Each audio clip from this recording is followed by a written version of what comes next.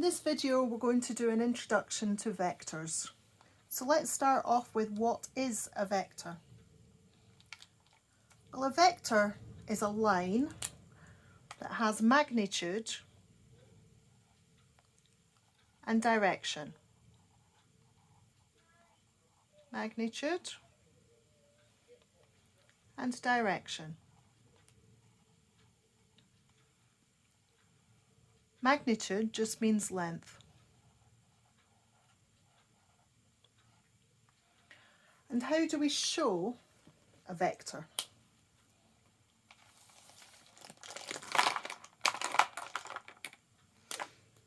Let's try that again.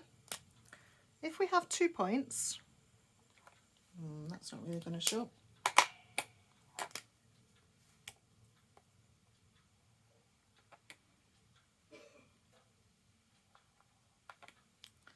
And we join them with a straight line.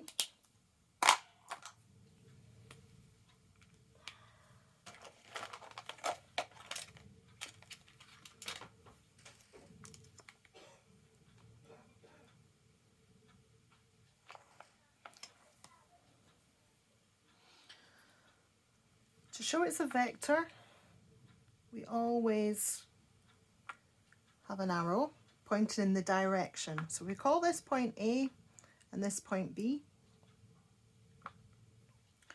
The line connecting point A to point B is our vector. It goes a certain distance in the x and a certain distance in the y, so it's very similar to coordinates.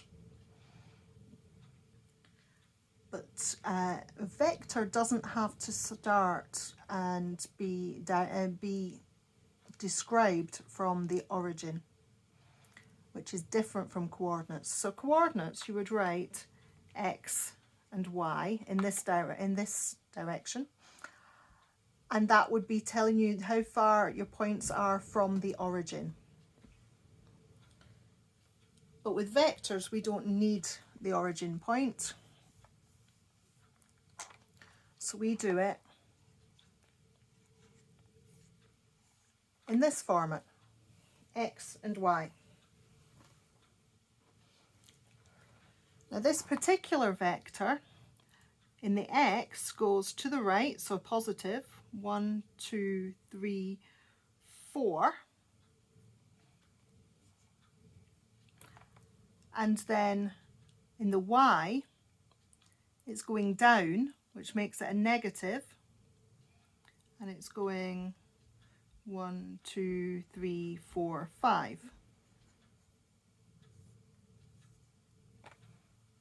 So we have the vector there of 4 minus 5.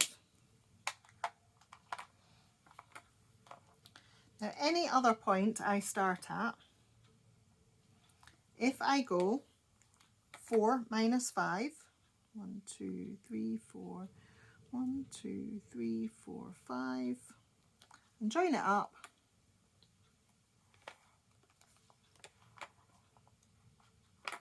it's the same vector, even though it started at different points. So I'll call that C and D.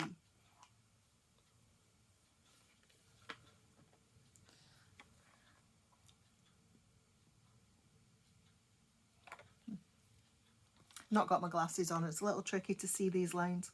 I could start this vector anywhere on the page. I could start this vector across the room. As long as I did 4 in the x and minus 5 in the y, it would be the same vector. This is very useful in spatial mathematics, so engineering, astronomy, anything that requires things happening in 3-dimensional or 4-dimensional space will use the vectors to describe movement. But it also makes our life easier when we're dealing with certain questions. Now, there are other things we can do with these vectors. We can join them together. We can scale them up and scale them down. We can follow vector pathways. We can combine vectors arithmetically without having to join them. All of these things we will discuss in further videos. At the moment, it's just what is a vector. So I'll give you another example of a vector. So if I have a vector here, 1, 2, 3, 4, 5, 6, 1, 2, 3, and I join them, so that's 3, 6,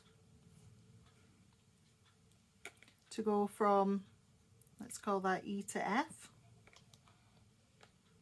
If I wanted to go from F to E, I would be doing the vector backwards. So I'm going to give you a little bit of terminology here so you can understand what's going on. So if I call this first vector A, I'm not going to be able to see that very well. I shall try a different colour. Call this first one A. To show it's a vector, we usually underline it. Sometimes you see it in italics, but trying to write in italics and not make it look strange is tricky. So this one is also vector A. I'm going to call this one vector B. So vector A equals 4 over minus 5. So 4 in the x and minus 5 in the y. Do not be tempted to put a line here. You will lose points in the test. We can also describe that vector as A to B equals 4 and minus 5. This other one here, we can either say vector B equals 3, 6, or we can say the vector E to F equals 3, 6.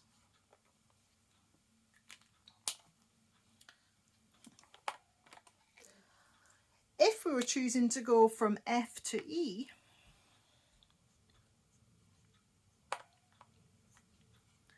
that's the reverse of E to F. So we would be doing it backwards. We would be doing minus 3, minus 6. So if you're, this is where the arrows come in. If you're doing a vector in reverse, then you need to do the negative of the numbers. So the negative of our first one, AB, would be BA. So B to A would equal minus 4 and plus 5. The same can be done when we're dealing with three-dimensional vectors. They have an x, y and z coordinate, and I'll describe them to you in probably the next video.